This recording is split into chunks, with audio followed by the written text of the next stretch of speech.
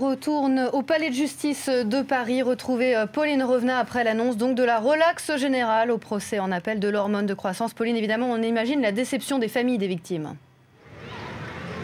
Effectivement, lorsque la relaxe a été prononcée à l'égard des prévenus, un silence très lourd, très pesant dans cette salle d'audience.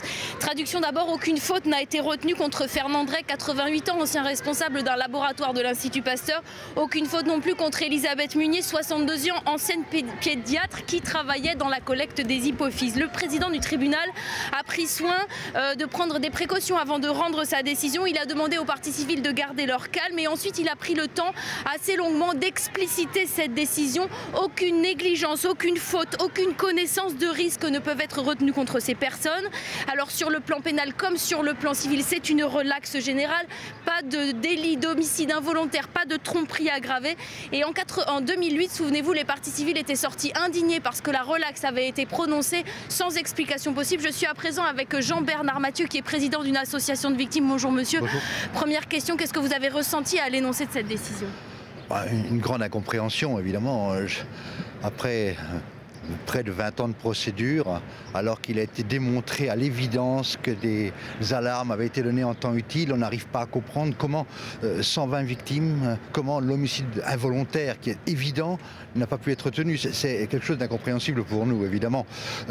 Si j'ai bien compris l'arrêt, on incrimine certainement les professeurs Orcel, Job, je sais plus, Royer et Mollet, qui sont tous morts. Mais les vivants, non.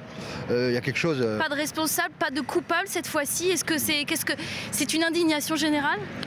Évidemment, je dirais quand même qu'on était un petit peu préparé parce que nous avons quand même le sentiment qu'entre le droit, quand on dit le droit, et la justice, il y a quand même un certain hiatus et que ça ne correspond pas. On est un petit peu, non, indigné, c'est sûr, mais bon, le temps a un peu pensé les blessures quand même, mais on s'y attendait, ce qui fait que la déception est quand même moins vive qu'en première instance. Lors du réquisitoire, l'avocat général a parlé d'une page noire, d'une catastrophe sanitaire.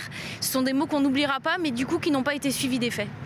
Oui, l'hormone de croissance, le sang contaminé, toutes ces années noires de notre médecine, on a l'impression qu'on a mis un éteignoir dessus et qu'il ne s'est rien passé. C'est tout à fait choquant et sans croire à l'exemplarité de la peine, il y a quand même cette absolution, amnistie généralisée de tous les crimes sanitaires. C'est quand même profondément choquant. Merci beaucoup monsieur. Voilà, j'étais avec Jean-Bernard Mathieu, président d'une association de victimes et je vous le rappelle, relaxe générale pour tous les prévenus en appel dans ce dossier de l'hormone de croissance, rappelons-le, qui a coûté la vie à 120 enfants traités par l'hormone de croissance dans les années 80-90.